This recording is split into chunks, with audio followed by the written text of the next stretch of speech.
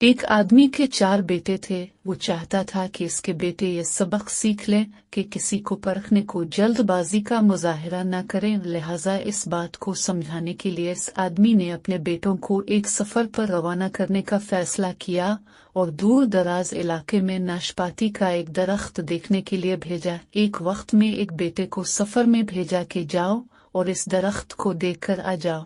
बारी बारी सबका सफर शुरू हुआ। पहला बेटा सर्दी के मौसम में गया, दूसरा बहार में, तीसरा गर्मी के मौसम में और सबसे आखिर वाला छोटा बेटा खिज़ां के मौसम में गया। जब सब बेटे अपना अपना सफर खत्म करके वापस लौट आए तो इस आदमी ने अपने चारों बेटों को एक साथ तलब किया और सबसे उनके सफर की अलग अलग तफसील के बारे में पूछा।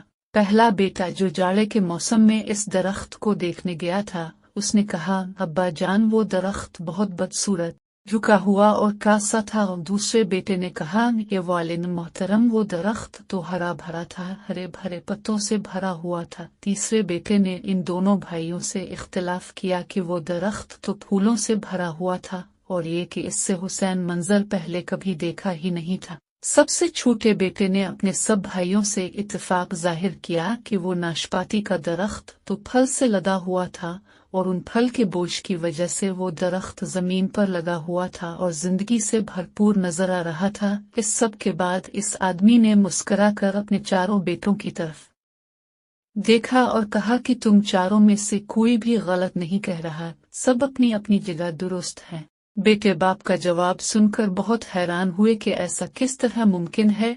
बाप ने अपनी बात जारी रखते हुए कहा कि मेरे बेटों, तुम किसी भी दरख्त आदमी को सिर्फ एक मौसम एक हालत में देखकर कोई हतमी फैसला नहीं कर सकते। किसी फर्द को जांचने के लिए थोड़ा वक्त जरूरी होता है। इंसान कभी किस कैफियत में होता है तो कभी किस कैफियत में। अगर दरख्त को तुमने जाड़े के मौसम में बेरौनक देखा है कि तो इसका मतलब ये नहीं कि इस पर कभी फल नहीं आएगा। इसी तरह अगर किसी आदमी को तुम फकीरी की हालत में देख रहे हो तो इसका मतलब ये नहीं कि वो आदमी बुरा ही होगा। मेरे बेटों, कभी भी जल्दबाजी में कोई फैसला ना करो। किसी को इस वक्त समझाया परखा जा सकता है जब ये तमाम मौसम इसके ऊपर गुजर जाएं। अगर तुम सर्दी के मौसम में ही अंदाजा लगाकर नतीजा अखज़ कर लोगे तो गर्मी की हरियाली, बहार की खूबसूरती और भरपूर जिंदगी से लुत्फ अंदोज होने से रह जाओगे।